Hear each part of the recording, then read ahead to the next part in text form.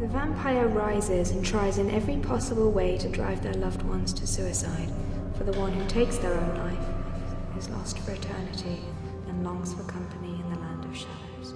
So Styria is a film that we shot in 2010 outside of Budapest, in the country of Hungary, at this abandoned castle called Tura, and it's a Gothic kind of vampire story. This girl's father, her name is Laura, is an art historian, and this castle is being torn down, and he wants to preserve the murals that have been painted there. And so he takes his daughter, because she just got kicked out of boarding school.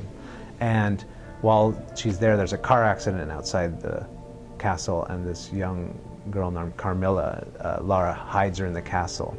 And then young women in the town start committing suicide and going crazy, and both girls blame each other for being the cause of the kind of madness. A young woman killed herself. She later reappeared and convinced 12 other girls to commit suicide. So it's based on this Gothic novella by Sheridan Le Fanu called Carmilla, which was written before Dracula.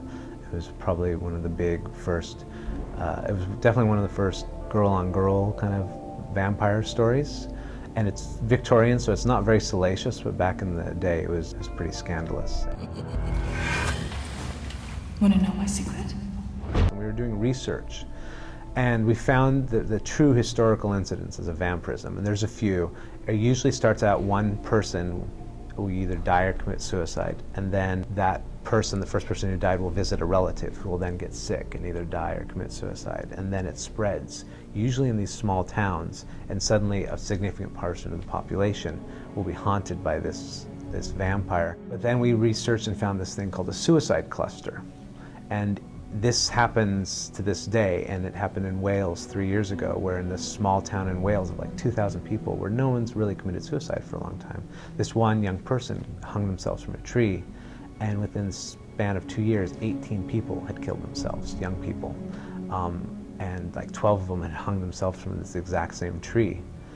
And when you kind of like juxtapose or overlap the two, you realize vampirism and suicide clusters are the exact same thing.